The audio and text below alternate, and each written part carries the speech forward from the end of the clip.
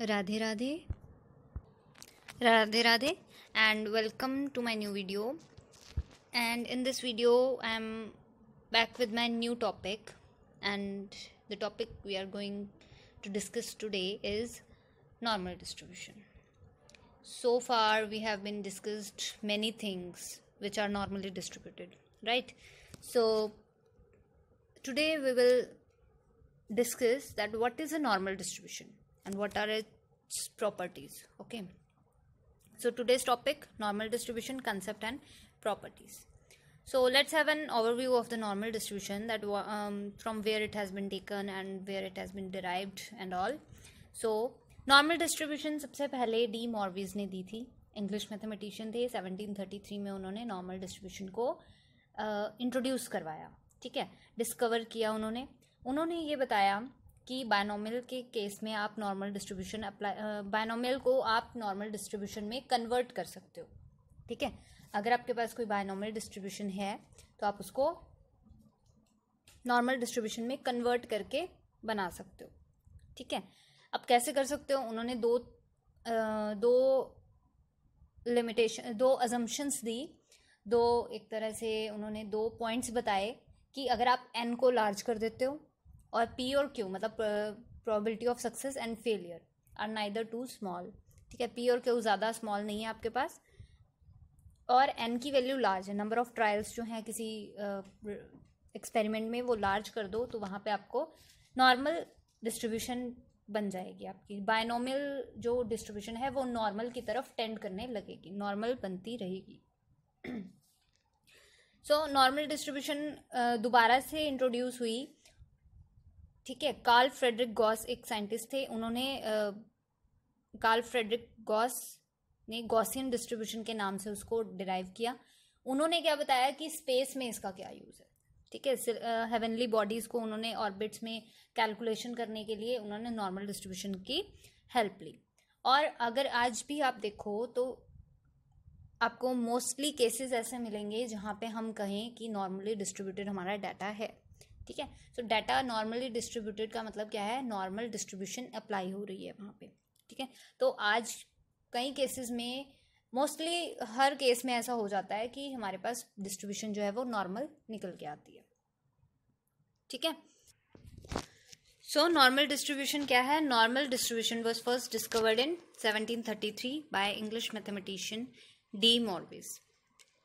He obtained this continuous distribution as a limiting case of binomial distribution. अब ये normal distribution जो है ये कौन सी डिस्ट्रीब्यूशन है? एक कॉन्टिन्यूस टाइप की डिस्ट्रीब्यूशन है. कॉन्टिन्यूस हमने पढ़ा था, कॉन्टिन्यूस डिस्ट्रीब्यूशन और discrete data and continuous data, है ना. सो डिस्क्रीट और कॉन्टिन्यूस डाटा कौन सा होगा? डिस्क्रीट डाटा ऐसा डाटा जहाँ पे आपको इंटीग्रल वैल्यूज देखने को मिले सारी, है ना, तो वो केस क्या होगा? डिस्क्रीट. कॉन्टिन्यूस डिस्ट्रीब्यूशन या कॉन्टिन्यूस डाटा कौन सा होगा? जहाँ पे आपकी वैल्यूज जो हैं वो -इन्फिनिटी टू इन्फिनिटी कोई भी वैल्यू ले सके, चाहे वो इंटीग्रल वैल्यूज हों, चाहे वो फ्रैक्शनल वैल्यूज हों, डेसिमल वैल्यूज हो, कुछ भी वैल्यूज हो, ठीक है. तो वहाँ पे कॉन्टिन्यूस डिस्ट्रीब्यूशन में आपको decimal, fractional values, decimal, integral तीनों देखने को मिलती हैं, है ना. लेकिन डिस्क्रीट के केस में आपको सिर्फ और सिर्फ इंटीग्रल वैल्यूज देखने को मिलेंगी. तो यही वो कहता है कि बायनोमियल डिस्ट्रीब्यूशन, क्योंकि बायनोमियल डिस्ट्रीब्यूशन क्या है? डिस्क्रीट डिस्ट्रीब्यूशन है, क्योंकि बायनोमियल में आपको सिर्फ और सक्सेस और फेलियर्स मिलेंगे. अब हम ये कहें कि 10 हमने एक कॉइन को 10 टाइम्स टॉस किया तो उसमें से 5 हेड आने की प्रोबेबिलिटी, तो वहाँ पे क्या कहेंगे हम? 5 हेड आए, 5 टेल आए, ठीक है. 4 हेड आए, 6 टेल आए, ऐसे ही कहेंगे हम. ये तो नहीं कहेंगे 4.5 हेड आया, 5.5 टेल आई, ऐसे तो नहीं कहेंगे हम. तो यहाँ पे क्या है, ये डिस्क्रीट वैल्यूज ले रही है, मतलब इंटीग्रल वैल्यूज ले रही है. 4 और 5 हो गया, पॉइंट वाली वैल्यूज नहीं ले रही. तो बायनोमियल डिस्ट्रीब्यूशन क्या है? एक तरह से एक डिस्क्रीट डिस्ट्रीब्यूशन है. और डिस्क्रीट को हम कॉन्टिन्यूस में कैसे चेंज करें वो इन्होंने बताया कि डिस्क्रीट डिस्ट्रीब्यूशन को आप कॉन्टिन्यूस डिस्ट्रीब्यूशन में चेंज कर सकते हो, ठीक है. और कॉन्टिन्यूस में क्या होता है? जो हम नॉर्मल डिस्ट्रीब्यूशन यहाँ पे पढ़ रहे हैं या और कोई कॉन्टिन्यूस डिस्ट्रीब्यूशन कोई भी हो, तो उसमें क्या होता है? हमारे पास fractional values, decimal values, integral values, ये सारी की सारी इंक्लूडेड होती हैं, है ना. तो यहाँ पे हम यही कह रहे हैं कि डिस्क्रीट को कॉन्टिन्यूस में कैसे चेंज किया जा सकता है, ये इन्होंने बताया हमें. नेक्स्ट है normal distribution is also known as Gaussian distribution, named after Carl Friedrich Gauss. Gauss के नाम पे गॉसियन डिस्ट्रीब्यूशन पड़ा इसका नाम। Who used this normal curve to describe the theory of accidental errors of measurements involved in the calculation of orbits of heavenly bodies। मतलब space में special इन्होंने बताया कि स्पेस में कैसे इसको यूज कर सकते हैं, ठीक है। Nowadays normal distribution is one of the most important probability models in statistical analysis। कहीं भी आप कोई भी आप एनालिसिस करो तो वहाँ पे आपको नॉर्मल डिस्ट्रीब्यूशन देखने को मिल जाता है। तो नॉर्मल डिस्ट्रीब्यूशन आज के टाइम में एक बहुत इंपॉर्टेंट मॉडल बन चुका है, ठीक है। So now what is normal distribution, ये तो इसका था थोड़ा ओवरव्यू कि हम कहाँ से लिया, कब डिस्कवर हुई, ठीक है। तो अब आता है कि नॉर्मल डिस्ट्रीब्यूशन है क्या। नॉर्मल डिस्ट्रीब्यूशन एक सबसे इम्पॉर्टेंट, जैसे अभी हमने कहा कि आज के टाइम में सबसे इम्पॉर्टेंट बन चुकी है, ठीक है। क्यों बन चुकी है? क्योंकि ये हर डाटा में इजीली फिट हो जाती है, ठीक है। कोई भी आप डाटा ले रहे हो, चाहे वो हाइट का हो, ब्लड प्रेशर का हो, मेजरमेंटल एरर का हो, आईक्यू स्कोर्स का हो, कोई भी डाटा आप ले रहे हो तो वहाँ पे आपको देखने को मिलेगा कि नॉर्मल डिस्ट्रीब्यूशन फॉलो होता हुआ दिखेगा आपको, ठीक है। इसको गॉसियन डिस्ट्रीब्यूशन के नाम से जाना जाता है और इसका कर्व जो है वो बेल शेप्ड आता है। मतलब आपको एक बेल बनती हुई दिखाई देगी कि नॉर्मल कर्व है तो बेल बनता हुआ उसका दिखाई देगा, बेल शेप की कर्व आएगी आपके पास। So normal distribution is the most important probability distribution in statistics because it fits many natural phenomena. For example, heights, blood pressure, measurmental error and IQ scores। कोई भी डाटा हो इनमें से, Heights का डाटा हो आपके पास, ब्लड प्रेशर का data हो, IQ scores हो, तो सारे के सारे क्या फॉलो करेंगे? Follow the normal distribution. It is also known as the Gaussian distribution and the bell curve, ठीक है। बेल शेप्ड कर्व आता है इसका और गॉसियन डिस्ट्रीब्यूशन के नाम से हम इसको जानते हैं। सो नॉर्मल डिस्ट्रीब्यूशन क्या है? एक ऐसा प्रोबेबिलिटी फंक्शन है जो हमें ये बताएगा कि आपकी जो वेरिएबल है, जो आप जिस वेरिएबल को यूज़ कर रहे हो उसकी जो वैल्यूज़ हैं वो किस हिसाब से डिस्ट्रीब्यूट हुई हैं। तो ये चीज़ हमें नॉर्मल डिस्ट्रीब्यूशन बताएगा कि आपकी जो वेरिएबल की वैल्यूज़ हैं वो किस हिसाब से प्लॉट हुई हुई हैं, किस हिसाब से डिस्ट्रीब्यूट की गई हैं, ठीक है। इसका जो कर्व आता है वो सिमेट्रिक डिस्ट्रीब्यूशन बनेगा। मतलब आपको लेफ्ट हैंड साइड पे, ठीक है, मीन के लेफ्ट हैंड साइड पे और मीन के राइट हैंड साइड पे जो वैल्यूज़ होंगी वो इक्वल दिखाई देती हैं, ठीक है। मतलब सिमेट्रिक कर्व है। जैसा आपका मिडिल वैल्यू के लेफ्ट हैंड साइड पे कर्व बनेगा वैसा ही आपका मिडिल वैल्यू के राइट हैंड साइड पे कर्व बनता हुआ दिखाई देगा। और मोस्ट ऑफ द ऑब्जर्वेशंस जो हैं, आपने जो डाटा सिलेक्ट किया है उसमें जो भी मोस्ट ऑफ द ऑब्जर्वेशंस होंगी वो मीन के आसपास ही आपको लाई करती हुई दिखाई देंगी। मतलब ज़्यादातर वैल्यूज़ ऐसी होंगी जो मीन के आसपास लाई करेंगी, ठीक है। और मीन से जितना डिस्टेंस उसका लेफ्ट हैंड साइड पे होगा उतना ही डिस्टेंस उसका राइट हैंड साइड पे मीन से होगा। बोथ डायरेक्शंस में उसका इक्वल डिस्टेंस होगा मीन से, ठीक है। एक्सट्रीम वैल्यूज जो हैं बोथ साइड्स पे वो भी इक्वली लाइकली होंगी, ठीक है। मतलब इक्वल डिस्टेंसेस पे होंगी मीन से। So normal distribution is a probability function that describes how the values of the variable are distributed, ठीक है। It is a symmetric distribution where most of the observations cluster around the central peak and the probabilities for values further away from the mean taper off equally in both directions. Extreme values in both tails of the distribution are similarly unlikely। मतलब extreme distribution extreme values जो हैं वो भी same points पे lie करेंगी। मतलब उनका difference, अब जैसे यहाँ पे आप कर्व देख सकते हो, बेल शेप आपको नजर आ रहा है, कर्व बेल शेप कर्व है, ठीक है। हाइट्स का हमने डाटा लिया है, नॉर्मली डिस्ट्रीब्यूटेड डाटा है, तो height data are normally distributed. The distribution in this example fits real data that is collected from 14 years old girls during a study। 14 years की गर्ल्स का हाइट का data हमने लिया है किसी भी एक स्टडी करते समय।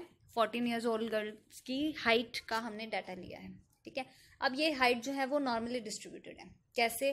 क्योंकि ये एक तो बेल शेप कर्व बना रहा है, सिमेट्रिक है। अब यहाँ पे मीन क्या होगा हमारा?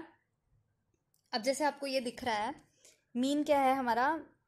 ये देखिए, ये आपको कर्व दिख रहा है, ये कर्व बना हमारा। ये वाली जो वैल्यू है मिड वैल्यू, ये आपका मीन को डिफाइन करेगी कि ये आपका मीन है। जैसे यहाँ पे आप 1.5 देख सकते हैं, तो ये आपका क्या है, मीन वैल्यू है। ठीक है, तो ये मीन वैल्यू आ गई आपकी। और जो यहाँ पे आपको दिख रहा है ये क्या है, स्टैंडर्ड डेविएशन। ठीक है, तो ये मीन हो गया और स्टैंडर्ड डेविएशन हो गया। तो मीन और स्टैंडर्ड डेविएशन हमें यहाँ पे पता चल रहा है कि डाटा में मीन और स्टैंडर्ड डेविएशन कितना है। तो यहाँ पे मीन दिया हुआ है हमें 1.512 एंड स्टैंडर्ड डेविएशन दिया हुआ है 0.0741। ठीक है, तो यहाँ पे आप देख सकते हो कि डिस्ट्रीब्यूशन, हाइट्स का जो डिस्ट्रीब्यूशन है ये नॉर्मल डिस्ट्रीब्यूशन को फॉलो कर रहा है। ठीक है, और कई सारी वैल्यूज ऐसी हैं जो एवरेज के क्लोज हैं, जो हमारी मीन के क्लोज आ रही हैं। अब जैसे यहाँ पे आपको दिख रहा है ये जो वैल्यूज आ रही हैं ये क्या है, एवरेज के आसपास लाई कर रही हैं। ठीक है, ये जो वैल्यूज आ रही हैं ये आपको एवरेज के आसपास दिख रही हैं, कि एवरेज के आसपास आ रही हैं। ठीक है, ये वैल्यूज जो हैं एवरेज के क्लोज आ रही हैं। ये हमारा एवरेज था, इसके क्लोज ज़्यादा वैल्यूज हैं रादर दैन इससे दूर वाली वैल्यूज। ठीक है, तो ये वैल्यूज हमारे पास आसपास आती हैं। तो स्मॉल डिफरेंसेस जो हमारी मीन से जितना डिफरेंस हमारा स्टार्टिंग में है उतना ही डिफरेंस हमारा लार्जर वैल्यूज में भी उतना ही डिफरेंस मिलेगा, स्मॉलर वैल्यूज में भी उतना ही डिफरेंस मिलेगा आपको बोथ साइड्स पे। ठीक है, स्टैंडर्ड डेविएशन हमारा कितना है 0.0741। ये क्या इंडिकेट करेगा, जो डिस्टेंस हमारा मीन से एवरेज वैल्यू से या मीन से कितने डिस्टेंस पे फॉल करेगा हमारी वैल्यू। ठीक है, वो हमारा स्टैंडर्ड डेविएशन हमें मतलब एक तरह से विड्थ बताएगा कि आपके कर्व की विड्थ कितनी होगी। सिंपल लैंग्वेज में हमें ये बताएगा कि विड्थ कितनी होगी। यहाँ पे आप देख सकते हैं कि जब हम ये लेके चलते हैं, जब हम इसको चेकआउट कर रहे हैं, तो ये क्या है हमारा पीक वैल्यू क्या दे रही है, हमारे मीन। ठीक है, आप यहाँ पे मीन देख सकते हैं 1.512, ये हमारा मीन वैल्यू हो गई। ठीक है, अब ये जो वैल्यूज हैं, ये जो फ्रिक्वेंसीज दिख रही हैं आपको मीन से काफ़ी क्लोज दिख रही हैं। देखो मीन के आसपास ही लाई करती हुई दिखेंगी, है कि नहीं। तो यहाँ पे यही कह रहा है कि काफ़ी वैल्यूज ऐसी होंगी जो आपकी मीन के आसपास, अराउंड मीन के अराउंड ही लाई करेंगी, और कुछ वैल्यूज ऐसी होंगी जो मीन से ज़्यादा दूर पे होंगी। ठीक है, तो यहाँ पे कई वैल्यूज आपको ऐसी मिलेंगी जो मीन के बिल्कुल क्लोज होंगी। ये फ्रिक्वेंसी आपको दिख रही है, ये फ्रिक्वेंसी है। ठीक है, तो नंबर ऑफ गर्ल्स मीन के पास ज़्यादा होंगी रादर दैन उसके दूर होने से। ठीक है, और आपको जो विड्थ दिख रही है ये विड्थ, ये हमें क्या बताएगा, स्टैंडर्ड डेविएशन, कि आपकी कर्व की विड्थ कितनी होनी चाहिए, ये हमें स्टैंडर्ड डेविएशन बताता है। और ये जो सेंट्रल वाली वैल्यू है ये आपको मीन बताएगी कि मीन कितना होना चाहिए डाटा का, और ये जो विड्थ है ये हमें स्टैंडर्ड डेविएशन बताता है कि एक तरह से आप यहाँ से कह सकते हो कि एवरेज वाली वैल्यू से ये डिस्टेंस कितनी दूरी पे है। ठीक है, तो एवरेज वाली वैल्यू से ये डिस्टेंस बता सकता है, या फिर आप कह सकते हो कि पूरी डिस्ट्रीब्यूशन का ये विड्थ बताती है कि डिस्ट्रीब्यूशन की विड्थ कितनी होनी चाहिए। ठीक है, तो ये चीज़ हमें मीन और स्टैंडर्ड डेविएशन बताते हैं।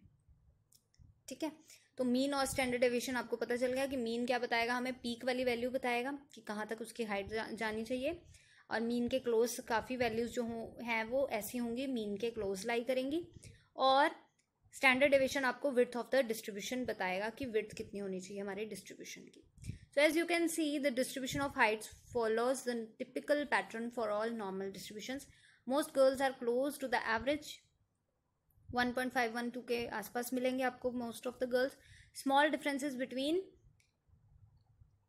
an individual's height and the mean occur more frequently than substantial deviations from the mean। मतलब जो क्लोज डिफरेंसेस है, स्मॉल डिफरेंसेस हैं मीन से, वो आपको ज़्यादा मिलेंगे रादर दैन सब्सटेंशियल डेविएशन। मतलब लार्ज डेविएशन से ज़्यादा आपको क्लोज डेविएशन वाले, स्मॉल डिफरेंसेस वाले मिलेंगे, वैल्यूज मिलेंगी। And the standard deviation is 0.0741, which indicates the typical distance that individuals girls tend to fall from the mean height। mean height से कितनी दूरी पे है, या फिर आप सिंपली कह सकते हो कि उसका width कितनी है। कर्व की विड्थ कितनी होगी, ठीक है। डिस्ट्रीब्यूशन जो है वो सिमेट्रिक है, जैसा आपको मीन से लेफ्ट हैंड साइड पे देखने को मिला वैसा ही आपको मीन से राइट हैंड साइड देखने को मिलेगा। अब क्योंकि मीन जो है वो क्या है, सेंट्रल वैल्यू है। सेंट्रल वैल्यू का मतलब क्या हुआ कि उससे जो लेफ्ट हैंड साइड पे जितने number of girls left hand side पे होंगी उतनी ही नंबर ऑफ गर्ल्स उससे राइट हैंड साइड पे होंगी। मतलब लेफ्ट हैंड साइड पे जब हम जा रहे हैं तो क्या हो रहा है, स्मॉल हो रहा है, मतलब नंबर ऑफ गर्ल्स जो हैं शॉर्टर देन द एवरेज, और नंबर ऑफ गर्ल्स जो हैं वो लार्जर देन द एवरेज, वो क्या होंगे, इक्वल होंगे, ठीक है, क्योंकि मीन जो है वो क्या है, सेंट्रल वैल्यू, ठीक है। So the number of girls shorter than the average equals the number of girls taller than the average. In both tails of the distribution, extremely short girls occurs as infrequently as extremely tall girls.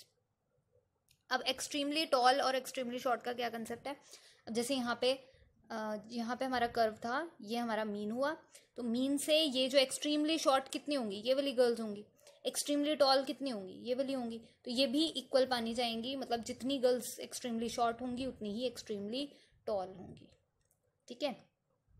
तो ये चीज़ कह रहा है ये, तो यहाँ पे हमें ये देखने को मिलता है कि बेल शेप कर्व है, सिमेट्रिक है, मीन से लेफ्ट हैंड साइड पे भी इक्वल डिस्टेंसेस हैं, राइट हैंड साइड पे भी इक्वल डिस्टेंसेस हैं, और साथ में हमें हाइट का पता चल रहा है कि मीन जो है वो हमें हाइट ऑफ द डिस्ट्रीब्यूशन बता रही है, स्टैंडर्ड डिवीजन हमें विड्थ ऑफ द डिस्ट्रीब्यूशन बता रहा है, ठीक है। तो ये सब यहाँ से हमें देखने को मिलता है, ठीक है।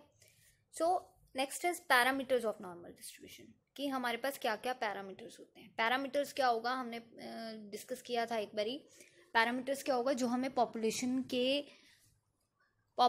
के इंफॉर्मेशन देगा, पॉपुलेशन के बारे में थोड़ी बहुत इंफॉर्मेशन जो हमें देता है वो क्या देता है, पैरामीटर्स। कौन देता है, पैरामीटर्स देते हैं। सो पैरामीटर्स क्या होंगे हमारे पास, ऐसी वैल्यूज जो हमें पॉपुलेशन के बारे में इंफॉर्मेशन प्रोवाइड कराएंगी कि हमारी पॉपुलेशन किस टाइप की है, हमारे पॉपुलेशन का मीन क्या है, वेरिएंस क्या है एंड ऑल, ठीक है। ये सब हमें पैरामीटर्स बताएंगे, ठीक है। पैरामीटर्स और क्या करेंगे, हमें मीन और वेरिएंस तो बताएंगे, साथ में हमें ये बताते हैं कि हमारा जो डिस्ट्रीब्यूशन की शेप और साइज़ है वो कैसी होनी चाहिए, ठीक है। शेप और साइज़ के बारे में हमें पता लगाने में हेल्प करते हैं कि हमारा जो डिस्ट्रीब्यूशन है उसकी शेप कैसी होगी और उसकी साइज़ कैसा होगा, ठीक है। As with any probability distribution, the parameters for normal distribution define its shapes and probabilities entirely, ठीक है। तो शेप और साइज बताने में हमें हेल्प करता है। The normal distribution has 2 parameters, normal distribution के भी 2 पैरामीटर्स होंगे, the mean and standard deviation. जो हम अब तक करते आ रहे हैं, मीन किया हमने, स्टैंडर्ड डेविएशन किया, यही 2 इसके पैरामीटर्स हैं, मतलब ये 2 हमें इसके शेप और साइज के बारे में पता लगाने में हेल्प करेंगे। Normal distribution does not have just one form, इसकी सिर्फ एक ही फॉर्म नहीं होगी, जो अभी हमने ग्राफ किया है सिर्फ वही ग्राफ इसको सूट नहीं करेगा। आप बेल शेप कैसी भी बना सकते हो, बेल शेप बनानी है किसी तरीके से भी आप उसकी बेल शेप बना सकते हो, ठीक है। तो नॉर्मल डिस्ट्रीब्यूशन की सिर्फ एक ही फॉर्म नहीं होगी, होगा बेल शेप ही, लेकिन वो आप किसी तरीके से भी बना सकते हो, ठीक है। तो वो हमें बताएगा, कैसे पता चलेगा कि किस तरीके से बनाना है, वो हमें पैरामीटर्स बताएंगे, मतलब मीन और स्टैंडर्ड डेविएशन की वैल्यूज बताएंगी कि हमारे पास कैसा कर्व होना चाहिए, ठीक है। Instead the shape changes based on the parameter values, सिर्फ एक फॉर्म हमें नहीं मिलेगी, हमारे पास उसकी शेप चेंज होती रहेगी। किस पे डिपेंड करेगा, पैरामीटर वैल्यूज पे। पैरामीटर वैल्यूज जिस हिसाब से पैरामीटर वैल्यू होंगी उस हिसाब से हमारी उसकी कर्व की शेप चेंज होती रहेगी, मतलब रहेगी तो बेल शेप ही, लेकिन उसकी साइज चेंज होता रहेगा, कभी वो आपको ज़्यादा पीक करती हुई दिखाई देगी, कभी वो आपको कम पीक करती हुई दिखाई देगी, फ्लैटन होती हुई दिखाई देगी, ठीक है। तो वो पैरामीटर वैल्यूज पे डिपेंड करेगा, ठीक है। अभी हम जैसे करते हैं कि हम आगे पढ़ेंगे कि कैसा मीन और वेरिएंस को चेंज करने पे क्या क्या हमारे पास चेंजेस आते हैं। सो सबसे पहले हमने पैरामीटर्स किए कि मीन और स्टैंडर्ड डेविएशन। तो सबसे पहले करते हैं मीन क्या होता है। मीन हमने पढ़ा था, मीन एक होता है सेंट्रल टेंडेंसी का मेजर होता है, जो कि हमें सेंट्रल वैल्यू के बारे में बताता है, ठीक है। सेंट्रल वैल्यू हमें कौन बताएगा, तो मीन क्या बताएगा हमें, सेंट्रल वैल्यू बताएगा किसी भी डिस्ट्रीब्यूशन की, कि सेंट्रल वैल्यू कहाँ लाई करेगी, मतलब बिल्कुल एक तरह से सेंट्रल वैल्यू बताएगा, ठीक है। साथ में हमें डिस्ट्रीब्यूशन, नॉर्मल डिस्ट्रीब्यूशन में हमें मीन से क्या पता चलेगा कि हमारी पीक कहाँ पे होनी चाहिए। ठीक है, मतलब हमारी बेल शेप की जो पीक होगी, जो हमारी हाइट होगी एक तरह से, वो कहाँ पे लाई करनी चाहिए। ठीक है, ये हमें मीन के हेल्प से पता चलेगा। ठीक है, साथ में मोस्ट ऑफ द वैल्यूज़ जो हैं हमारी डिस्ट्रीब्यूशन की वैल्यूज़ जो हैं वो मीन के आसपास ही आपको लाई होती हुई दिखाई देंगी। जैसे हमने कर्व में किया था कि मीन से डिफरेंसेस जो हैं वो स्मॉल डिफरेंसेस पे ज़्यादा लाई करेगा, है ना। मीन से डिफरेंसेस जो है वो मीन के आसपास एक तरह से उसकी वैल्यूज लाई करेगी, मीन के आसपास ही उसकी वैल्यू रहने वाली है। ठीक है, और बाय चांस अगर आप मीन को ही चेंज कर देते हो, किसी डिस्ट्रीब्यूशन का मीन ही चेंज कर देते हो अगर आप, तो वो कर्व ही जो है वो लेफ्ट और राइट में, या तो लेफ्ट हैंड साइड में या फिर राइट हैंड साइड में चेंज हो जाएगा, मतलब शिफ्ट हो जाएगा, या तो लेफ्ट में या फिर राइट में शिफ्ट हो जाएगा।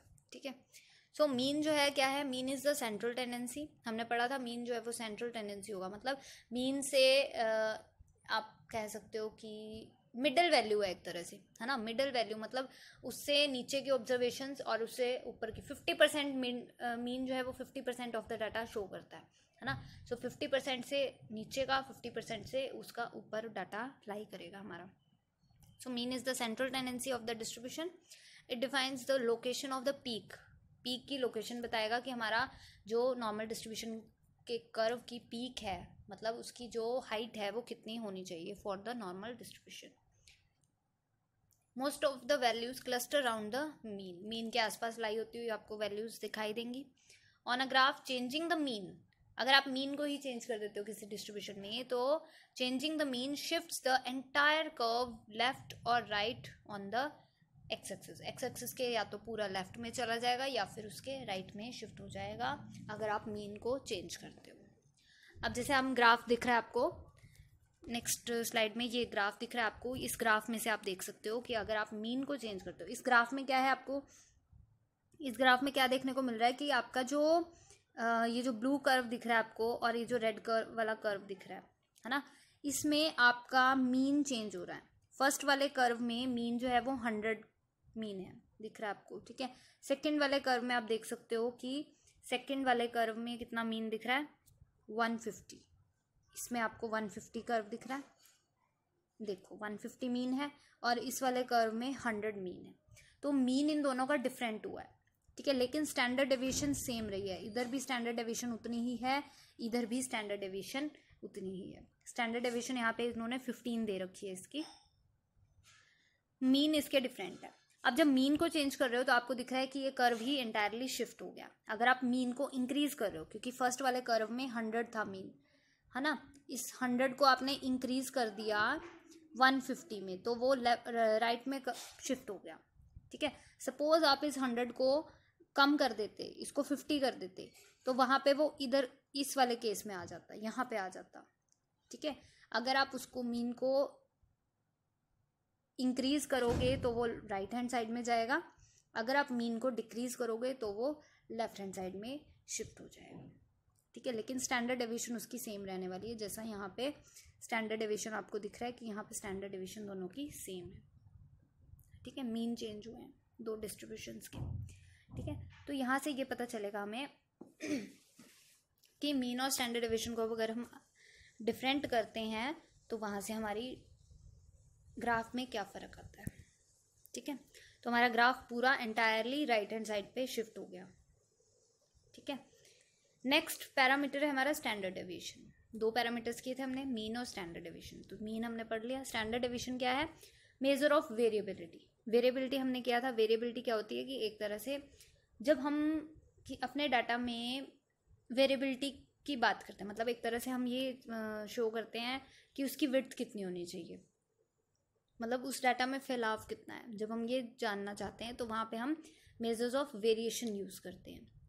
ठीक है, सो वहाँ पे स्टैंडर्ड डेविएशन यूज़ होता है कि अगर हमें विड्थ निकालनी है अपने ग्राफ की, तो वहाँ पे हम स्टैंडर्ड डेविएशन यूज़ करते हैं। वेरिएबिलिटी का कोई भी मेज़र हम यूज़ कर सकते हैं, लेकिन यहाँ पे क्योंकि नॉर्मल डिस्ट्रीब्यूशन में मीन और स्टैंडर्ड डेविएशन ही यूज़ होते हैं, तो इन्हीं दोनों को हम यूज़ करेंगे। ठीक है, और ये हमें क्या बताएगा कि मीन से कितनी दूरी पे हमारी वैल्यूज़ जो हैं वो लाई कर रही हैं, मीन से कितना डिफरेंस है, मीन से कितना डिस्टेंस पे हमारा वैल्यूज़ हमारी जो है वो लाई करती हैं, मीन से डिस्टेंस बताएगा। ठीक है, तो हमें मेजर्स ऑफ वेरिएबिलिटी निकालना पड़ेगा। सो ऑब्जर्वेशंस और एवरेज के बीच में कितना डिस्टेंस है ये हमें स्टैंडर्ड डेविएशन बताएगा। ठीक है, the standard deviation is the measure of variability, it defines the width of the normal distribution. ठीक है, नॉर्मल डिस्ट्रीब्यूशन की विड्थ कितनी होनी चाहिए। The standard deviation determines how far away from the mean the values tend to fall. Values जो है mean से कितनी दूरी पे लाई कर रही हैं, कितनी दूरी पे प्लॉट हुई है। ठीक है, it represents the typical distance between the observation and average. Average और ऑब्जर्वेशंस का डिफरेंस बताएगा कि एवरेज से कितनी डिस्टेंस पे हमारी वैल्यूज लाई की है। ठीक है, on a graph changing the standard deviation. अभी हमने क्या किया था, मीन को चेंज किया था। मीन चेंज करने का मतलब क्या है कि हमारा ग्राफ जो है एंटायरली लेफ्ट या फिर राइट की तरफ मूव किया। ठीक है, अगर हम स्टैंडर्ड डेविएशन चेंज कर दें तो स्टैंडर्ड डेविएशन चेंज करने का मतलब क्या है कि हमारा ग्राफ जो है वो आइदर टाइटन्स और spread out the width of the distribution. क्योंकि हम उसकी स्टैंडर्ड डेविएशन का मतलब क्या है कि विड्थ चेंज कर रहे हैं। जब हम ग्राफ की विड्थ चेंज करेंगे, जब हम ग्राफ की विड्थ चेंज करेंगे तो वो क्या होगा, या तो वो टाइट हो जाएगा ग्राफ या फिर वो स्प्रेड आउट करेगा। ठीक है, तो यहाँ से हमें स्टैंडर्ड डेविएशन उसकी साइज के बारे में बताएगा कि ग्राफ का साइज कितना है। ठीक है, तो टाइटन्स और spread out the width of the distribution along the x axis. Larger standard deviation produce distribution that are more spread out. Larger, जितना स्टैंडर्ड डेविएशन लार्जर होगा, जितना स्टैंडर्ड डेविएशन लार्ज होगा उतना ही हमारी विड्थ जो है वो ज़्यादा होगी। विड्थ ज़्यादा होने का मतलब क्या है कि हमारा जो ग्राफ है वो फ्लैटन करता हुआ दिखेगा। ठीक है, फ्लैट मतलब फ्लैट कर्व बनेगा उतना।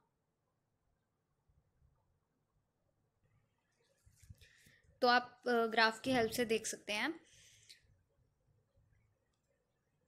ये ग्राफ आया इसका, तो ग्राफ में क्या कहता है ये मीन, अब यहाँ पे इन्होंने मीन सेम रखा है, स्टैंडर्ड डेविएशन को चेंज किया। आप ब्लू और रेड कर्व देख सकते हैं, ब्लू कर्व में आपको मीन 100 दिख रहा है, रेड कर्व में भी मीन सेम है। मीन यहाँ पे हमारा सेम, मीन वाली लाइन ये है, तो मीन जो है हमारा दोनों केसेस में सेम है, रेड वाले में भी ब्लू वाले में भी। ठीक है, अब यहाँ पे स्टैंडर्ड डेविएशन चेंज है। अब यहाँ पे देखोगे ब्लू वाले कर्व में तो ये रहा हमारा स्टैंडर्ड डेविएशन इतना। ठीक है, रेड वाले कर्व में जाओगे तो ये रहा हमारा स्टैंडर्ड डेविएशन इतना। ठीक है, यहाँ पे स्टैंडर्ड डेविएशन ब्लू वाले कर्व में आपको 15 है और रेड वाले कर्व में 30 है। तो स्टैंडर्ड डेविएशन लार्ज होने का मतलब क्या है, कर्व जो है वो फ्लैट हो रहा है। ठीक है, अगर 30 से भी ज़्यादा कर दूँ मैं इसका स्टैंडर्ड डेविएशन तो वो कर्व कैसा जाएगा, बिल्कुल ऐसा फ्लैट होता हुआ दिखाई देगा। ठीक है, तो स्टैंडर्ड डेविएशन कम होने का मतलब क्या है, उसकी पीक वैल्यू ज़्यादा होगी, उसकी हाइट ज़्यादा होगी। क्योंकि स्टैंडर्ड डेविएशन कम होने का मतलब क्या है कि कर्व जो है वो टाइट होता हुआ दिखेगा आपको। देखो टाइटली प्लॉट हुआ है। ठीक है, स्टैंडर्ड डेविएशन ज़्यादा होने का मतलब कर्व जो है हमारा फैला हुआ दिखेगा, हमें फ्लैटन्स आउट करेगा, स्प्रेड उसमें ज़्यादा होगा।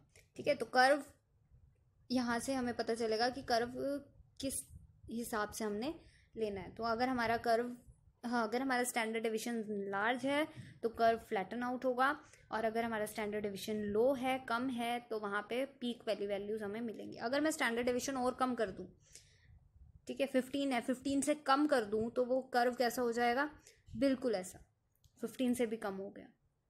ठीक है, अगर स्टैंडर्ड डेविएशन लार्ज करते हैं तो वो कर्व कैसा हो जाएगा, फ्लैट हो जाएगा। ठीक है, तो दोनों बातों में डिफरेंस पता चल रहा है कि कर्व अगर हमारा स्टैंडर्ड डेविएशन पे डिपेंड करेगा कि हमारी स्प्रेड कितना होगा, डाटा का स्प्रेड कितना होगा। ठीक है, सो डाटा का स्प्रेड, शेप अगर हम कह रहे हैं, शेप हमें कौन बताएगा, स्टैंडर्ड डेविएशन। मीन क्या बताएगा, उसकी पीक वाली वैल्यू कितनी होनी चाहिए। अब यहाँ पे आपको मीन की पीक वाली वैल्यू पता चल रही है 100 है, तो इसका मतलब आपको पीक पता चल रहा है कि 100 होना चाहिए। यहाँ पे भी मीन वाली वैल्यू कितनी है, 100 है, तो पीक पता चल रही है कि हाइट इतनी होनी चाहिए। ठीक है, और यहाँ से हमें स्टैंडर्ड डेविएशन का पता चल रहा है। ठीक है, so when you have narrow distribution, narrow distribution मतलब कि अगर आपके पास टाइटन हो रहा है ग्राफ, नैरो ग्राफ बन रहा है, so probabilities are higher that you the values won't fall far from the mean. अब जैसे यहाँ पे आपको कर्व में दिख रहा है, यही कर्व लेते हैं, इसी कर्व में अगर आपका डिस्ट्रीब्यूशन जो है वो टाइटन होता हुआ है, जैसे ये ब्लू कर्व दिख रहा है आपको, ब्लू वाले कर्व में, इस ब्लू वाले कर्व में हमें क्या पता चलेगा कि आपकी जो प्रोबेबिलिटीज हैं कि मीन के आसपास लाई करने की, वैल्यूज मीन के आसपास ही ज़्यादा वैल्यूज जो है वो मीन के आसपास लाई करेंगे, ये प्रोबेबिलिटी जो है वो लार्ज होगी आपके पास, ठीक है, क्योंकि सारी वैल्यूज जो है वो मीन के आसपास ही लाई करेंगी, ठीक है। तो ये प्रोबेबिलिटी जो है वो काफ़ी लार्ज होगी कि आपकी मीन के आसपास वाली वैल्यूज ही आने वाली हैं, क्योंकि ये सारा डिफरेंसेस क्या है, मीन के आसपास ही लाई करेंगे, ठीक है। सो अगर हमारा कर्व जो है वो टाइटन हो रहा है, अगर हमारा कर्व जो है वो नैरो कर्व बन रहा है, तो वहाँ पे प्रोबेबिलिटी मीन के आसपास होने की प्रोबेबिलिटी, सॉरी, उसके मीन के आसपास होने की प्रोबेबिलिटी क्या होगी, लार्ज होगी, कि वैल्यूज जो है वो मीन के क्लोज लाई करेंगी, उसकी प्रोबेबिलिटी लार्ज होगी। लेकिन अगर आपका कर्व जो है वो फ्लैटन कर रहा है, जैसे यहाँ पे रेड वाला कर्व है, ये फ्लैटन आउट कर रहा है, तो यहाँ पे आपकी प्रोबेबिलिटीज मीन से दूर होने की ज़्यादा होंगी, क्योंकि यहाँ पे कुछ ही वैल्यूज ऐसी होंगी जो मीन के आसपास लाई करेंगी, ठीक है, बाकी वाली वैल्यूज क्या होंगी, मीन के दूर होंगी, ठीक है। तो यहाँ पे जो है वो प्रोबेबिलिटी कम होगी कि मीन के आसपास आपका डाटा लाई करेगा, तो यहाँ पे इतनी प्रोबेबिलिटीज हाई नहीं होंगी जितना कि नैरो डिस्ट्रीब्यूशन में, ठीक है। So when you have narrow distributions the probabilities are higher that values won't fall far from the mean, mean से ज़्यादा दूरी पे नहीं लाई करेंगी, ये प्रोबेबिलिटीज आपकी ज़्यादा होंगी। As you increase the spread of the distribution the likelihood that observations will be further away from the mean also increases, ठीक है। तो अगर आप कर्व को फ्लैटन आउट करते हो, स्प्रेड इंक्रीज करते हो, उसका स्टैंडर्ड डेविएशन इंक्रीज करते हो, तो वहाँ पे आपकी प्रोबेबिलिटीज जो है वो कम होती जाएंगी कि आपके मीन के आसपास आने की प्रोबेबिलिटी कम होगी, ठीक है। Next is population parameter and sample values. Population parameters and sample values क्या होती हैं, ये हमने स्टार्टिंग में थोड़ा सा डिस्कस किया था कि पॉपुलेशन पैरामीटर्स और सैम्पल वैल्यूज़ क्या होंगी। पॉपुलेशन क्या होगी कि जब हम पैरामीटर्स क्या होगा कि अगर हम किसी पॉपुलेशन को जो भी हमारा ऐसी वैल्यूज़ जो हमें पॉपुलेशन की इंफॉर्मेशन प्रोवाइड करें, वो हमारे क्या होंगे, पैरामीटर्स। जैसा अभी हमने नॉर्मल डिस्ट्रीब्यूशन में किया कि नॉर्मल डिस्ट्रीब्यूशन में मीन और स्टैंडर्ड डेविएशन क्या है, पैरामीटर्स हैं, क्योंकि वो हमें पॉपुलेशन की इंफॉर्मेशन दे रहे हैं, ठीक है। लेकिन हर केस में क्या होता है कि पॉपुलेशन को स्टडी करना काफ़ी मुश्किल होता है, तो लार्ज पॉपुलेशन जब भी हमारे पास है तो उनको स्टडी करना इम्पॉसिबल हो जाता है। तो पॉपुलेशन पैरामीटर्स जो हैं वहाँ पे हम पॉपुलेशन पैरामीटर्स नहीं निकाल सकते हैं, क्योंकि पॉपुलेशन पैरामीटर्स क्या होंगे, अननोन होंगे उस केस में। सो जब अननोन होंगे तो वहाँ से हम क्या करेंगे, एक सैम्पल ड्रॉ करते हैं, पॉपुलेशन में से ही सैम्पल ड्रॉ करेंगे, सैम्पल के अकॉर्डिंग हम उसके सैम्पल को स्टडी करके उसका मीन और वेरिएंस निकालेंगे, और फिर हम उसको पॉपुलेशन से रिलेट करेंगे कि अगर सैम्पल का मीन ऐसा है तो पॉपुलेशन का मीन ये होगा। तो हम उसको एस्टिमेशन यूज़ करेंगे, सैम्पल के वैल्यूज़ का एस्टिमेशन यूज़ करेंगे पॉपुलेशन के लिए, ठीक है। तो उसको बोलते हैं population parameters and sample values, या फिर सैम्पल के लिए स्टैटिस्टिक्स यूज़ करते हैं हम, है ना, सैम्पल स्टैटिस्टिक और population parameter. So mean and standard deviation are parameter values that apply to entire populations. For the normal distribution, statisticians signify the parameters by using the Greek symbol mu for population mean and sigma for population standard deviation. mu और sigma से आपको हम define करते हैं mean और standard deviation को। अगर हम पॉपुलेशन वैल्यूज़ ले रहे हैं, पॉपुलेशन के लिए जब हम डिफाइन करते हैं, पॉपुलेशन के लिए मीन क्या होगा हमारा म्यू, और वेरिएंस क्या होगा सिग्मा स्क्वायर, या फिर स्टैंडर्ड डेविएशन क्या होगा सिग्मा। ये होगा वेरिएंस और ये होगा स्टैंडर्ड डेविएशन, ठीक है, क्योंकि वेरिएंस का अंडर रूट क्या होता है, standard deviation. Standard deviation is the under root of variance, ठीक है। सो स्टैंडर्ड डेविएशन क्या हो जाएगा हमारे पास, सिग्मा। तो जब हम पॉपुलेशन की बात कर रहे हैं तो वहाँ पे हम म्यू और सिग्मा से डिनोट करते हैं पॉपुलेशन मीन को और पॉपुलेशन स्टैंडर्ड डेविएशन को। लेकिन अनफॉर्चुनेटली क्या होता है हमारे पास, population parameters are usually unknown. Population parameters values जो होती हैं वो हमारे पास अननोन होती है। क्यों? क्योंकि it's generally impossible to measure an entire population, क्योंकि पूरी की पूरी पॉपुलेशन को मेज़र करना, हमारे पास स्टडी करना इम्पॉसिबल होता है, ठीक है। तो वहाँ से हम सैम्पल ड्रॉ करते हैं। However you can use random samples to calculate estimate of these parameters. Parameters का एस्टिमेशन यूज़ करने के लिए हम सैम्पल को ऑब्जर्व करते हैं, सैम्पल निकालते हैं पॉपुलेशन में से। Statisticians represent sample estimates of these parameters using x bar for mean, sample mean, and s small s for sample standard deviation। Standard deviation के लिए हम स्मॉल s यूज़ करेंगे और सैम्पल मीन के लिए हम x बार यूज़ करेंगे sample के केस में, ठीक है। So population parameters and sample values, I hope it's clear to you. Population parameters and sample values. So अब बेसिक आ जाता है कि हमारा नॉर्मल डिस्ट्रीब्यूशन की मैथमेटिकल डेफिनेशन या स्टैटिस्टिकल डेफिनेशन क्या है। अभी तक हमने सिर्फ ये पढ़ा है कि नॉर्मल डिस्ट्रीब्यूशन होती क्या है। अब इसको डिफाइन कैसे करते हैं, एक्चुअल डेफिनेशन क्या है इसकी, ठीक है। तो एक्चुअल डेफिनेशन क्या होती है इसकी,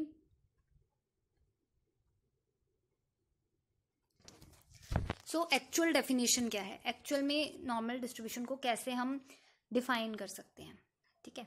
सो a random sample, sorry a random variable x, कोई भी अगर हमारे पास वेरिएबल है एक्स, उसको हम नॉर्मल डिस्ट्रीब्यूशन में कब कहेंगे कि वो नॉर्मल डिस्ट्रीब्यूशन फॉलो कर रहा है या नहीं। अभी तक हमने पढ़ा कि नॉर्मल डिस्ट्रीब्यूशन का शेप एंड साइज क्या होना चाहिए, उसके पैरामीटर्स क्या होते हैं, है ना, उसको नॉर्मल डिस्ट्रीब्यूशन होती क्या है। अब हम उसको स्टैटिस्टिकल वे में डिफाइन कर रहे हैं कि वो कैसे, उसका फंक्शन कैसे बनाएंगे हम उसका, ठीक है। प्रोबेबिलिटी फंक्शन, डेंसिटी फंक्शन क्या होगा, ठीक है। तो random variable x is said to have normal distribution with parameters mu called the mean and sigma square called the variance if its density function, density function क्या होगा, एक तरह से प्रोबेबिलिटी फंक्शन, मतलब क्योंकि हम यहाँ पे क्या निकाल रहे हैं, प्रोबेबिलिटी निकाल रहे हैं। जब हम प्रोबेबिलिटी की बात करते हैं डिस्क्रीट के केस में, तो हम क्या लिखते हैं, px, है ना, प्रोबेबिलिटी ऑफ x। जब हमने प्रोबेबिलिटी का टॉपिक किया था तो हमने p ऑफ x से डिफाइन किया। लेकिन जब हम कॉन्टिन्यूस के केस में आते हैं, कॉन्टिन्यूस के केस में हम उसको किससे रिप्रेजेंट करते हैं, f ऑफ x, क्योंकि कॉन्टिन्यूस में क्या है, हमारे पास वैल्यू ज़्यादा हो जाती है, ठीक है। तो हम उसको f ऑफ x से डिफाइन करते हैं कॉन्टिन्यूस के केस में। तो ये f ऑफ x क्या है, सिंपली एक प्रोबेबिलिटी है, ठीक है, कि इसकी प्रोबेबिलिटी क्या होगी, कितनी होगी, ठीक है। तो प्रोबेबिलिटी क्या होगी, f of x sorry continuous के केस में, और p ऑफ x क्या होगा, डिस्क्रीट के केस में।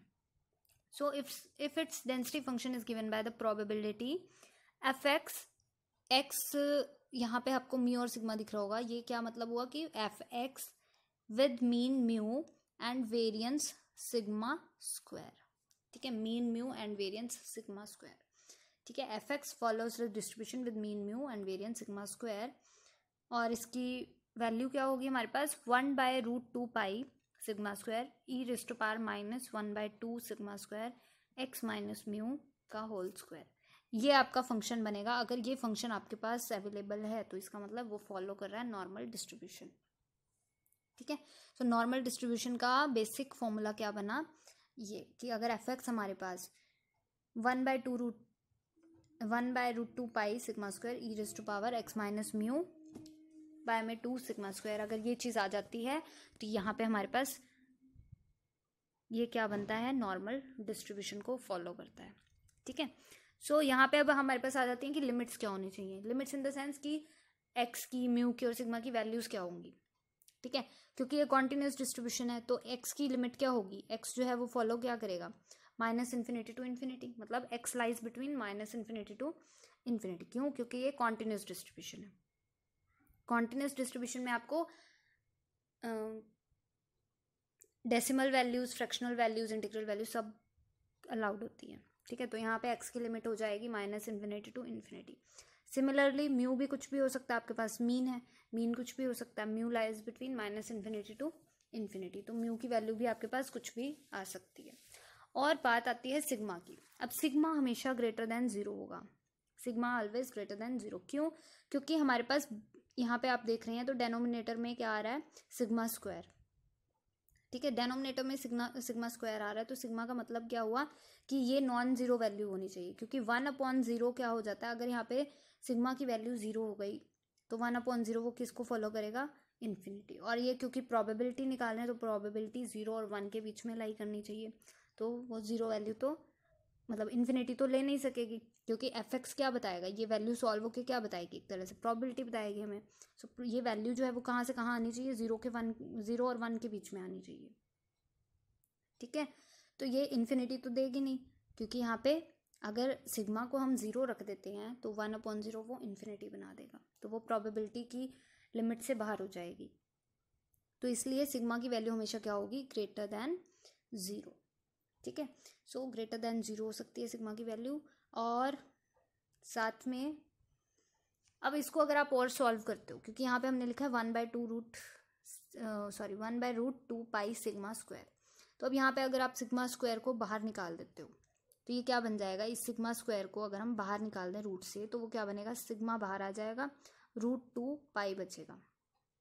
ठीक है, तो यहाँ पे ये चीज़ आ जाएगी हमारे पास। तो वही हम यहाँ इस ब्लू बॉक्स में आपको दिख रहा होगा, if x is normally distributed then its PDF is given by fx is equal to 1/σ√2 pi. तो यार इसको ऐसे भी डिफाइन कर सकते हो, क्योंकि यहाँ पे हमने रूट के अंदर लिखा हुआ है तो इसलिए सिग्मा स्क्वायर डाला है। अगर आप यहाँ पे देख रहे हैं तो रूट के अंदर है तो इसलिए सिग्मा स्क्वायर लिखा है। अगर आप सिग्मा स्क्वायर को बाहर निकालोगे तो वो सिग्मा बन के आएगा यहाँ पे। ठीक है, तो ये चीज़ ध्यान रखना कि अगर आप किस हिसाब से आप लिख रहे हो उसको, तो 1/σ√2 pi e⁻−1/2 x minus mu by sigma का होल स्क्वायर। ठीक है, और limits x lies between -∞ to ∞, where mu is the mean and sigma square is the variance of distribution.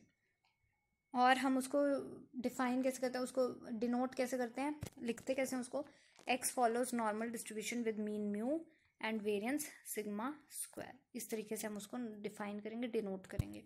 ठीक है, जो कि आपको यहाँ पे दिख रहा है, x follows normal distribution with mean mu and variance sigma square. ठीक है,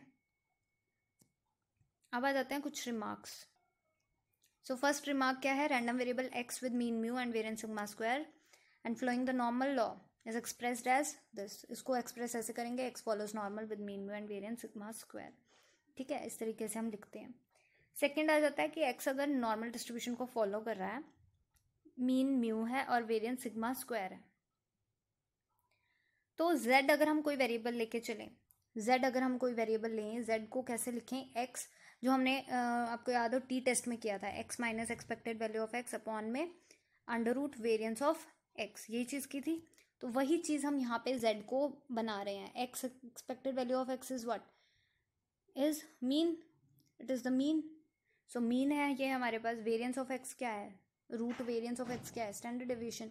सो z क्या बन गया हमारा, x, क्योंकि x का ही मीन चाहिए हमें, x का ही स्टैंडर्ड डेविएशन चाहिए। अब x का मीन कितना है यहाँ पे, म्यू, और x का ही स्टैंडर्ड डेविएशन कितना है, सिग्मा। तो z इज इक्वल टू क्या हो गया, x माइनस म्यू अपॉन में सिग्मा। ठीक है, तो अगर z हमारे पास x माइनस म्यू अपॉन में सिग्मा है तो इसको क्या बोलेंगे हम, standard normal variate, standard normal variate. ठीक है, जिसका मीन जो है वो क्या होगा, 0, z का। अब यहाँ पे x की बात नहीं हो रही, यहाँ पे z की बात हो रही है, क्योंकि z हमने वेरिएबल बना लिया। ठीक है, तो z का मीन क्या होगा, 0, और z का ही वेरिएंस क्या होगा, 1। ठीक है, z का मीन होगा आपके पास 0 और z का वेरिएंस कितना होगा, 1 वेरिएंस के साथ और 0 मीन के साथ। तो हम उसको ऐसे लिख सकते हैं, z फॉलोज नॉर्मल डिस्ट्रीब्यूशन। अब यहाँ पे म्यू और सिग्मा नहीं आएगा, क्योंकि z का मीन 0 निकल के आया है और z का ही 1 निकल के आया है स्टैंडर्ड डेविएशन, तो 0 और 1 से उसको डिफाइन करेंगे हम। ठीक है, तो यहाँ पे हम z को क्या बोलते हैं, स्टैंडर्ड नॉर्मल वेरिएट। ठीक है, z आ जाता है हमारे पास स्टैंडर्ड नॉर्मल वेरिएट। अब इसी स्टैंडर्ड नॉर्मल वेरिएट का नेक्स्ट पॉइंट में हम इसका PDF निकाल लें। अभी हमने निकाला था PDF किसका, नॉर्मल डिस्ट्रीब्यूशन का। ठीक है, 1/σ√2 pi e⁻−1/2 x minus mu by sigma का होल स्क्वायर। अब इसी स्टैंडर्ड नॉर्मल वेरिएट का अगर हम PDF निकालते हैं, स्टैंडर्ड नॉर्मल का PDF क्या होगा, क्योंकि यहाँ पे हमारे पास क्या था, इसी फॉर्मूले पे आई है दोबारा, यहाँ पे हमारे पास x follows normal with mean mu and variance sigma square था। अब हमारे पास z एक डिस्ट्रीब्यूशन है, z क्या है, फॉलो करता है normal with mean 0 and variance 1। ये वाला हमारे पास अब ये हमारे पास एक वेरिएबल है z। 0 और 1 के साथ। अब इसी फॉर्मूले में आप यहाँ पे 0 और 1 मीन और सिग्मा की वैल्यू 0 और 1 पुट कर दो, क्योंकि z है हमारे पास। तो f ऑफ या फाई ऑफ z क्या बनेगा हमारे पास, फाई ऑफ z क्या बनेगा। अब यहाँ पे इसी फॉर्मूले में आप 1/√2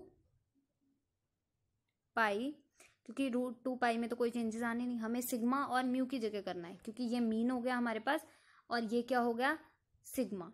म्यू और सिग्मा की वैल्यूज मिल चुकी हैं। अब सिग्मा की वैल्यू 1 रखोगे तो यहाँ पे 1 हो जाएगा सिंपली, है ना। और e⁻² में आप क्या रख सकते हो, -1/2 x की जगह अब हम किसका वो निकाल रहे हैं, z का निकाल रहे हैं फंक्शन, तो z आ जाएगा। म्यू क्या है 0, z -0/1 का होल स्क्वायर, ऐसे लिख सकते हो आप, z -0/1 का होल स्क्वायर। z -0 कितना हो गया, z बाय में 1 z, ठीक है। तो z का स्क्वायर सिंपली, तो आपका बन गया, अगर z हमारे पास z फॉलो करता है normal distribution with mean 0 and variance 1, तो उसका फाई एक्स क्या बन जाएगा, सॉरी फाई ऑफ z क्या बन जाएगा, 1/√2 पाई e⁻−z²/2। आपने सिंपली क्या किया, इस फॉर्मूले में म्यू को 0 से रिप्लेस किया, सिग्मा को 1 से रिप्लेस किया और x की जगह क्या कर दिया, z से रिप्लेस कर दिया। तो ये 3 चीज़ें अगर आप रिप्लेस कर देते हो इस फॉर्मूले में, तो आपको z का PDF मिल जाएगा कि अगर आपके पास x फंक्शन नॉर्मल डिस्ट्रीब्यूशन को फॉलो करता है तो z स्टैंडर्ड नॉर्मल वेरिएट भी नॉर्मल डिस्ट्रीब्यूशन को फॉलो करेगा with the PDF this one, ठीक है।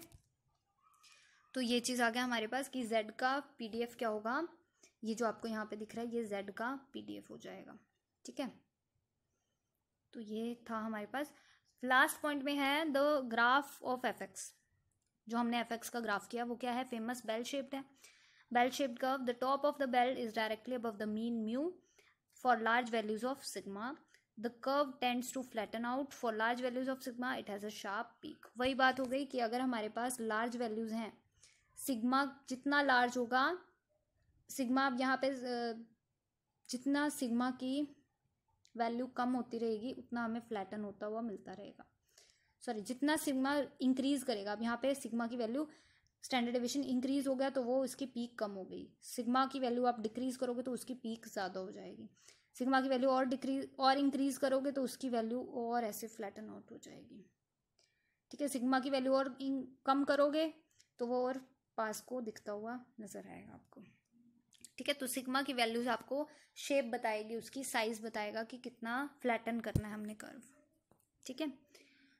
So thank you for watching this video. I hope this topic is clear to you, and in the next topic we are going to discuss the properties of normal distribution, that what are the properties of normal distribution. Okay, so we'll meet again in the next video. Till then, Radhe Radhe.